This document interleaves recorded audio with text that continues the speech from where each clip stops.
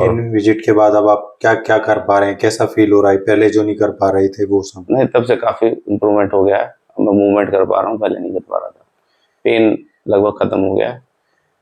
क्या क्या कर, मतलब क्या क्या एक्टिविटी करते वक्त जो पेन होता था पहले? पहले तो बेड से उठते ही पेन होता था। अच्छा अच्छा। हाँ, चल नहीं पाता था मैं। अब क्या क्या कर पा रहे हैं? अब लगभग सारी चीज़ें कर पा रहा हूँ। थोड़ा सा जैसे एग्जाम्पल?